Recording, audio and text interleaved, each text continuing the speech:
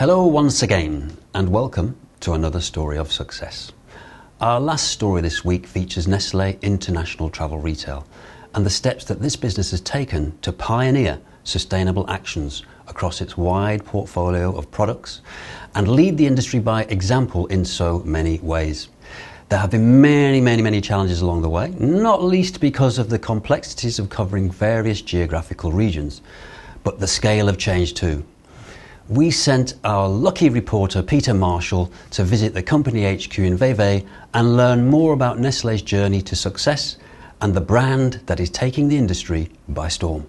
Fred, how good to see you again. Welcome back to Travel Retail. I know you want to have a few words of introduction. Thank you very much, Peter. I'm very happy to see you again. Very happy to be back in Travel Retail community. I mean, for me, it sounds like coming back home, basically. So thanks for the intro. I would like to introduce you to Stéphane Détail, who's a Confectionery Global Sustainability Manager, and Laura Sanchez, who is NITR Marketing Manager. And we'll be taking you through a few points on sustainability and on how important it is to us as a company. It's important for us as a group, but it's indeed also very important for ITR in general, for our customers and for our consumers. So travel retail is, as we all know, a window to the world and therefore to all Nestlé brands. And we have a huge responsibility here. It's about our parent company. It's also about all our customers within travel retail as a key channel to show and amplify our initiatives from our strong sustainability and regeneration program. Actually, it's really about showcasing how this good for you, good for the planet comes to life. That's quite something to look forward to. Thanks for that, Frederic. Stéphane, if I can move to you, can you briefly define Nestlé's corporate position on sustainability? Yeah, so I mean, Nestlé is engaged in the long term on sustainability, and definitely this is the vision we have. We're building on three main areas. One on the people and family, so around the good for you, the balanced diets and these important elements. The second one is on communities. It's all about cocoa, and we'll discuss that more in details. And this is where we've been engaged since 2009, launching the Nestlé Cocoa Plan. At the time, there was not many programs, by the way. And just like in 2022, we'll continue innovating with the launch of the Income Accelerator program, reaching 30,000 households today. And the last one is on planet, and not the least. And we talk about packaging, we talk about carbon emissions, so extremely important for us and a lot of focus. And behind all these areas, we have commitments. One, which is a short-term commitment, is to source 100% of our cocoa through the Nestlé Cocoa Plan next year. So we're reaching a bit more than 85%. And then we have around the packaging, around the reduction of virgin plastic, the design for recycling, and of course, our net zero roadmap, which is a long-term journey leading to 2050, where we have also a minus 20% that we need to achieve by next year. But there's something else that's missing, isn't there? Yeah, no, true. And it's all about resilience. Okay, resilience of the business. We have to deliver a resilience business. But to do that, we have to have a resilient supply chain. And when we talk about resilience, again, I'm going to focus on cocoa, but it can be also applied to other areas of sustainability. We talk about resilience at farm level. So how does the farming practices help to have a more resilient farm to be able to cope with climate change and climate impact? And we see that very often and more than before. Resilience at household level, which is very important, so that the social aspect, the community is strong enough to be able to be resilient as a community, as a family. And that also drives that capacity to send kids to school, for example. And of course, the resilience of the supply chain through traceability, through what we call segregation, the segregation of our cocoa. So it's really trying to build also that long-term move to a more transparent and a more resilient supply chain. So I think the notion of resilience plays very well what sustainability stands for. But the supply chain is pivotal, and not least because, you're a very large company, you're spread all over the world. Different countries are going to be operating at different speeds, aren't they? Yeah, of course, and it is a huge opportunity, the scale, but it comes with some responsibilities, definitely. So that means that capacity to transform the commitments that can be global, and you can take commitments around a table in Switzerland that will be applied in in Côte d'Ivoire or in South Africa or in India or in Brazil. So definitely we need to have and engage the full company behind clear commitments, clear ambition. We have to put the means behind our ambition. So not only the investment, but the people. And I think that's also very It's changing the mindset, the culture. Alors, changing the culture, definitely, and the mindset. And I think this comes with also, the capacity to engage our employees around these aspects. But I think when you look at it, I think having clear commitments and having a company that's committed behind, sustainability is not a world of perfection. So, you have to admit that sometimes you could fail. It's not an easy thing, but you have to fail, to learn, to improve. But I think having these commitments, engaging the employees, and we have one big strength, is that we're connected to the ingredients. And we have a business that is connected to ingredients, so you can make it tangible. You can connect with farming families, you can make it extremely tangible in the day-to-day and for the markets throughout the origins and where they come from. Okay, so back to you, Frederick, and developing what Stéphane's just said, how do Nestlé's corporate sustainability goals actually transfer to global travel retail? Well, travel retail is a very important and strategic channel, both to our brand portfolio and our initiatives as a company. As you've heard it from Stéphane earlier, we have, as Nestlé, very strong commitments on sustainability. Now, bringing good for you, good for the planet to life, we also recognize that having sustainably sourced raw materials has a real impact on the perceived quality of the products. Now, this is particularly true for Gen Z consumers in terms of their purchasing decisions. Let's come back a little bit on the famous Gen Z. We speak a lot about them recently. Now, clearly, they will be the generation with a strong buying power in the years to come. We already know that they account for a large part of the purchases worldwide, and they have a spending power of $200 billion today. Now, they will outnumber millennials as the largest airline passenger group by 2028, accounting for approximately 1.2 billion passengers flying in 2028. Now, Gen Z consumers are known for their focus on sustainability, and no category in travel retail delivers that more or better than food, which is why we're so excited for the opportunity in global travel retail. I don't mean to interrupt, but I see the importance of Gen Z. But the fact is that I think that we are generally overly preoccupied with them and must not forget the people who have actually got the buying power, which are the baby boomers, and to a certain degree, the millennials as well. And I think that our industry seems to be overly concerned about Gen Z. They're not real yet. They're coming, but they're not there. We have to focus just as much right now on where the money's being spent and who's traveling. Yeah, I think it's correct, Peter. It's just that we see the evolution coming. We see that large group of travelers that will be incoming, and we see also their behaviors on local markets, and they are different. They are different to the boomers or to the millennials. They're spending less. They're spending less, but they're spending on selectively. Yes, and on values that they believe in as well. And that's where the whole sustainability discussion comes in, basically, with those with this generation that is up and coming. Well, take us through some of the products then. So, look, how it transfers to travel retail, I think, really is the important point for us. First of all, KitKat as a brand. It's already produced, as Stéphane said before, with 100% cocoa sourced from the Nestlé cocoa plant, with the vision to build a brighter future for cocoa farmers, producing great quality cocoa through the key pillars of better farmings, better lives, and better cocoa. So KitKat has proven to be a key brand here, with much product in travel retail that is now made with the cocoa mass from the beans, grown by farmer families that are engaged in Nestlé's groundbreaking Income Accelerator program. Again, Stéphane talked about it earlier on. It is targeted at increasing cocoa farmers' incomes through a series of means, notably financial means. Marketed under the Breaks for Good banner, this KitKat tastes good, really, as all KitKats, but also raises huge awareness about the sustainability of the cocoa used in these iconic bars. But the one thing that we're all aware of is the particular product that you've launched, which is itself sustainably sourced. Just walk us through that. Correct, Peter. Thank you for asking the question. So in addition to KitKat, we have indeed launched the travel retail exclusive Nestlé Sustainably Sourced Cocoa range. With its "Does Good, Tastes Great" tagline, this launch really underlines Nestlé's commitment to a sustainable future and to capturing the interest of Gen Z travelers.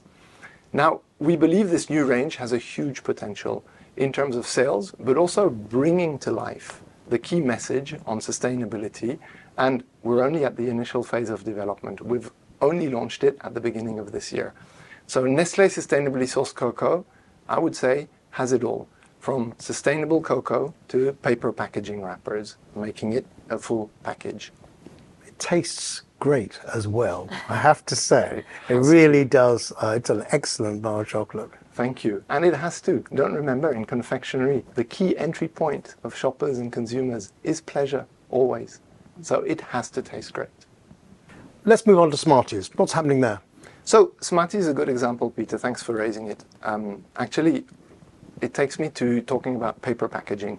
It all started as Smarties in global, as the first global brand to go with paper on all the products. And this has been also sold into travel retail, but now not only with Smarties, but all our bags, the KitKat share bags, our Nestlé Sustainably Sourced Cocoa share bags, also our mixers, all come now in paper bags, so recyclable packaging. Stefan, we did touch on this earlier. You're an integral part of the world's largest food company, but size has not seemed to deter you from transforming the business top to toe. What are some of the challenges that you encountered on the way? Well, there was numerous. When you see a company of that scale, for sure, to align all the processes, to embark everyone behind our commitments. We're talking about more than 300,000 employees. I think it all starts with employees. It's for them to understand, to engage, to have a bit more of a general view of what sustainability is. And it's not a simple topic. So, the education doesn't stop, does it? No, education is permanent. And mine is permanent, by the way. Every week, or every day I will learn. I think shifting ground all the time, isn't it, as well? It is shifting ground. I mean, you have to understand that, of course, it's not Nestlé alone. I think, you have a lot of standards. You have to, to comply with a certain number of rules. And, of course, there's a dynamism in that world that is great, but it's also complicated sometimes to follow. But for sure, we have to move the company globally. So we need these clear commitments. We need to have a roadmap.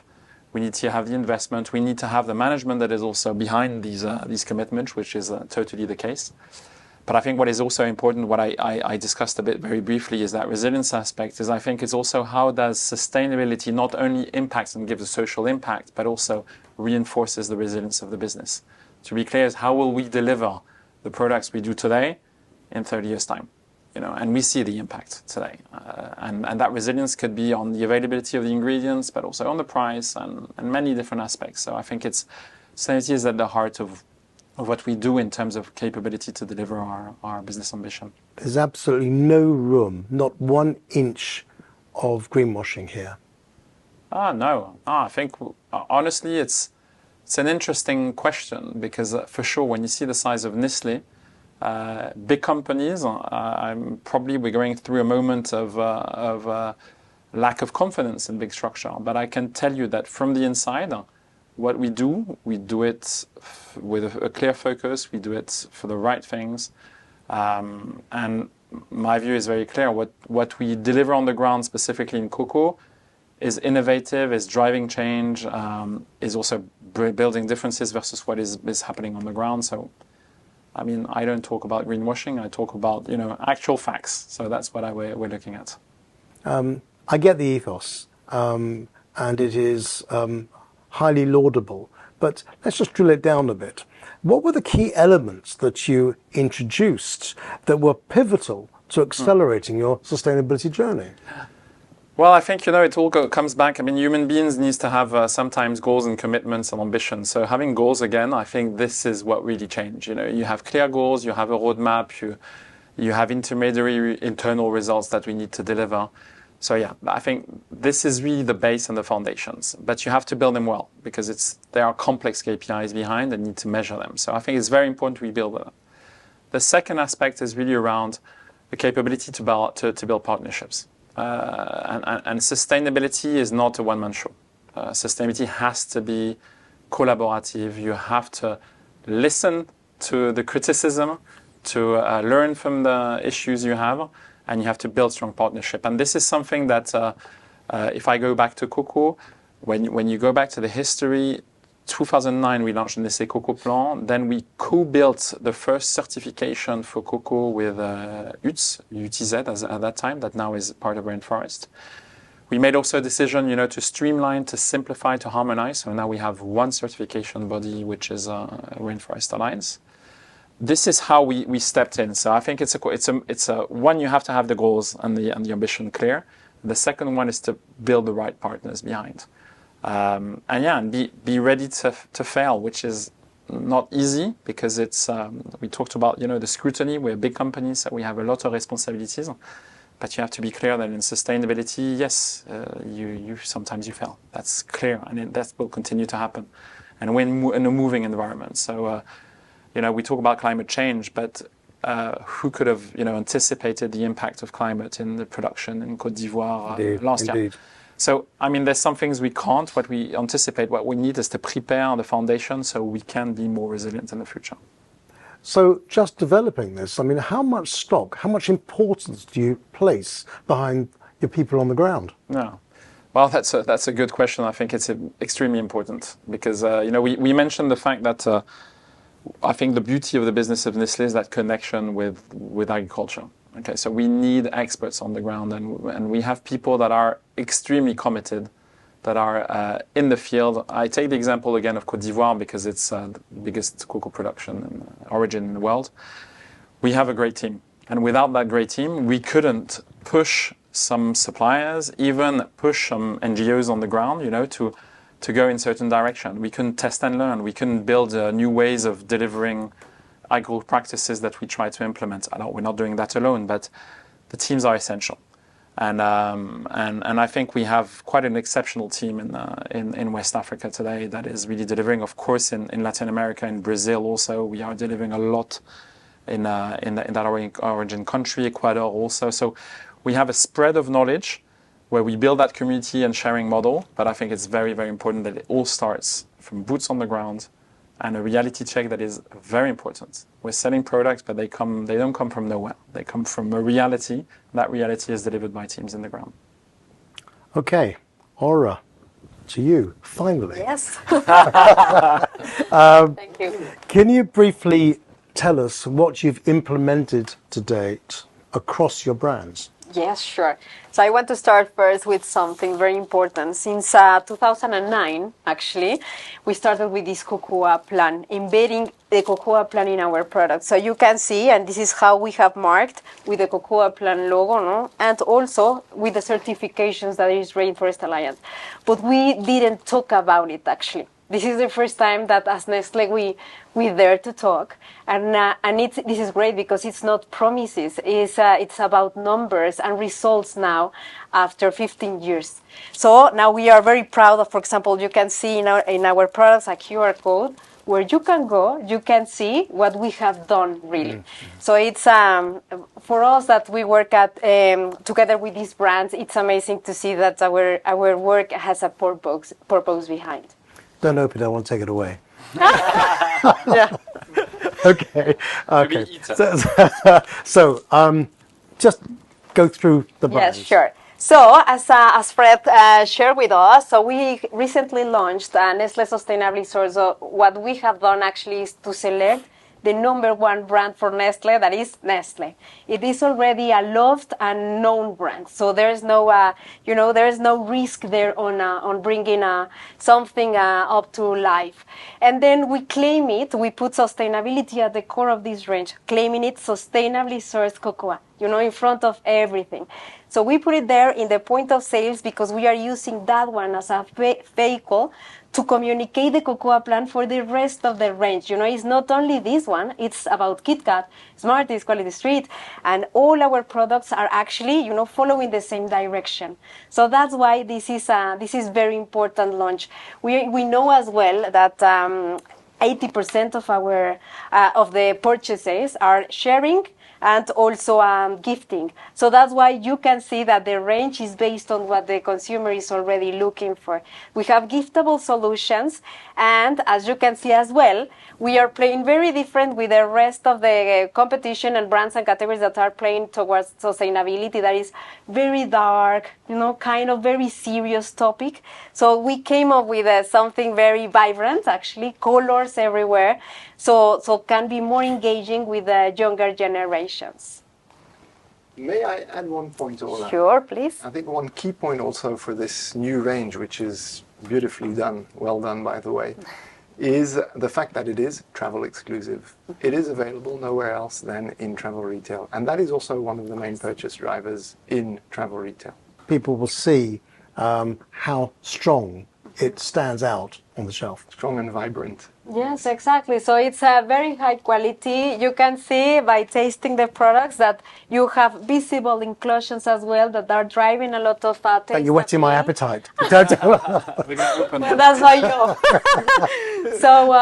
So and we are putting everything together, like in a blender. It's sustainability purpose.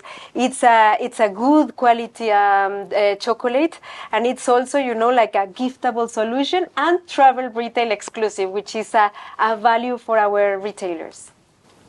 What's next? And what are you going to reveal in Cannes? Anything special? Well, we have exciting news that you will see. So for Nestlé Sustainably Sourced, keep expanding, and we have now new solution product proposition for you that is also travel retail exclusive. It will be amazing in terms of taste, in terms of premiumness. This is where we go as well to really keep expanding. It's to amplify what matters for us as a company. What about the other products in the portfolio? Yes, so it's also very good because actually Stefan talked about Income Accelerator program.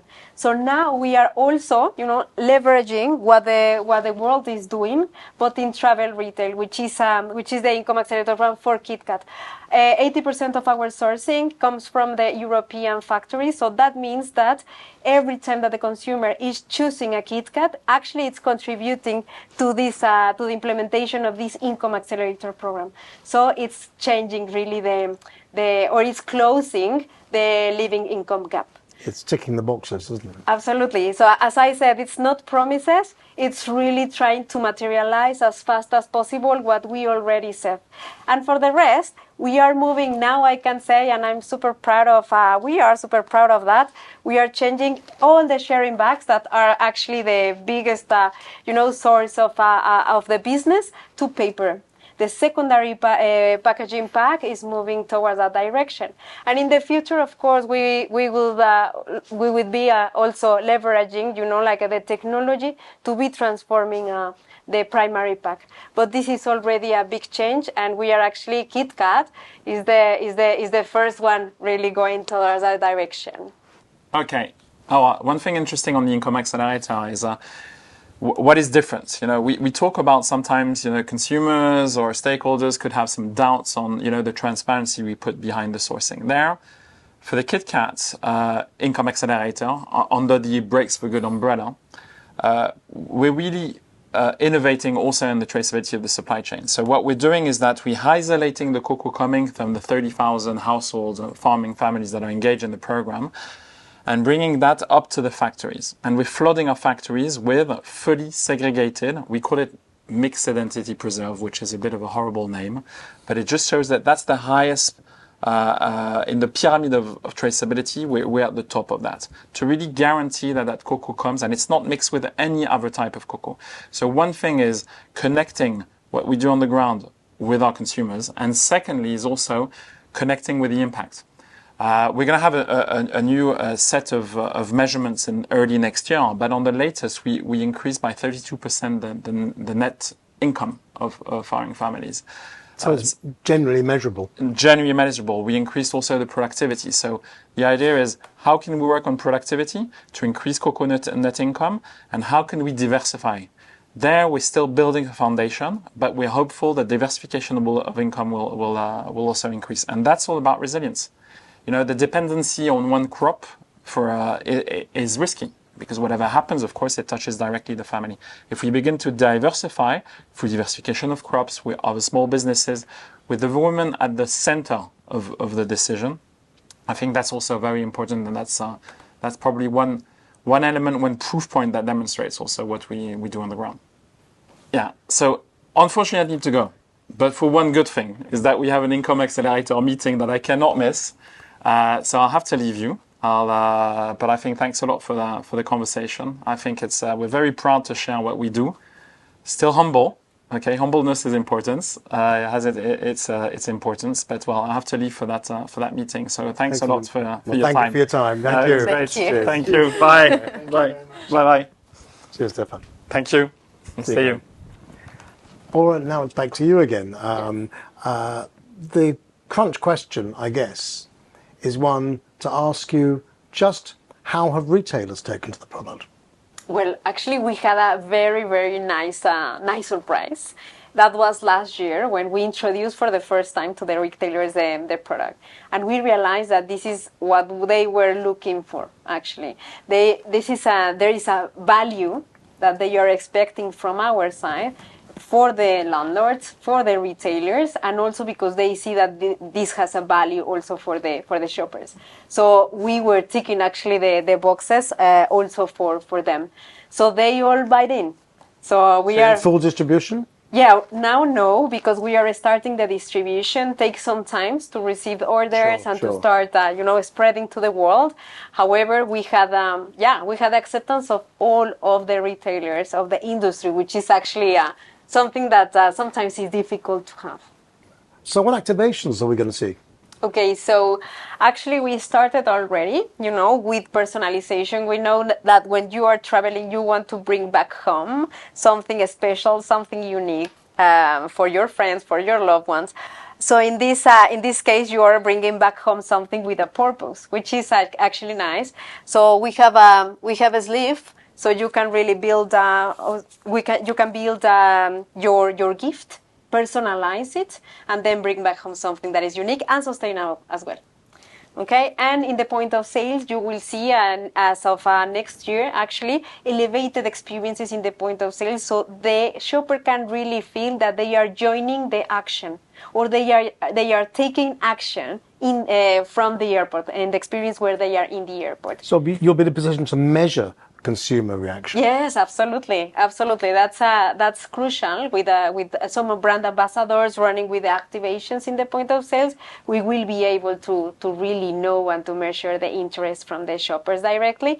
And also we would like to amplify, and this is something that we said already, with influencers, because now it is already there, and you can go and to put it in the social media. The people is already naturally talking about Nestlé sustainably sourced and taking pictures of it. So we would like to amplify even faster. So you've got your finger on the pulse already. Yeah. Okay, let's just drill this down a bit and tell us specifically what you're doing in store.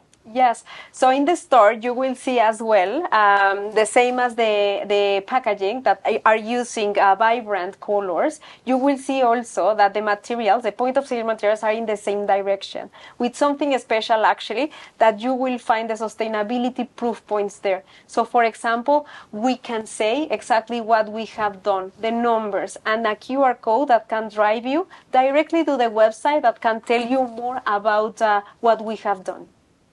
Okay, Fred, I think what we've borne witness to in this session is something really quite remarkable in terms of the Nestlé story, and the conversation has been emblematic of what great work the company has done, where you've met the challenges and you've built a remarkable success story. So this is your platform. If there were a couple of things you wanted to say to the trade right now, what would they be? Well, coming to my mind, I'd say probably 2 or 3 points. The first one is sustainability is one platform, but as part of our VERSE model. Yeah, and VERSE model has 5 pillars, and these 5 pillars within which sustainability are there to continue growing the business. Not just NITR's business, but the category and everybody's business. That would be the first point. The second point is that sustainability, you've seen throughout the whole interview, is really at the heart of everything we do. And it's here to stay. So we are not living with it, we are making it happen. We are on a transformational journey. It's a journey. Stefan detailed earlier on that it's really, we advance one step, we go back one step, we advance 2 steps, go back maybe half. We learn a lot, but by doing, we move, and we move for the betterment of the world. I hope really you can all realize how powerful the Income Accelerator program is for cocoa farming families. And that is going to be also key to continue going forward. And last but not least, I think the elephant in the room is always the pressures on costs that we are receiving, and notably on cocoa and coffee businesses. Well, look, despite those pressures on cost, we are not reviewing our sustainability program. It's not a reason to cut our sustainability programs. All the more, it is a reason to continue, because this is where we generate quality products, quality cocoa, and it's a way of coming out of all the issues that we have around crops. So those would be the 3 points for me. Fred, Ara, thank you so much for your time. Thank you, Peter. Thank you very much. Well, this cub reporter certainly enjoyed his visit to Veve. And, what comes out of the conversation is the fact that they are doing such significant things in terms of their sustainable actions as a business. And it's not easy for a company that size to motor in the way that they have. Congratulations to Nestlé. Yeah, I think because of their presence, their footprint across the global retail landscape, I think this is a really important and significant thing. They're so influential broadly, but certainly within the travel retail industry itself. So I think for us to, in our business, to have a brand that's making such efforts and such progress in this area is really key. Yeah, they really are walking the talk. They're not just talking the talk. Absolutely, and I think this is where in the future, customers are going to put every brand, big or small, under a microscope about this kind of stuff. And that's what we believe, and I think that obviously Nestlé do as well. And I think that sense of, that microscope does not disappear within an airport or when people are travelling. So that microscope of scrutiny around how are you doing for the planet, are you doing good things on the sustainability, packaging, ingredients, etc., etc. We have that in spades here through the Nestlé project, and it's great to say that we can offer that, deliver to that aspiration to passengers as well.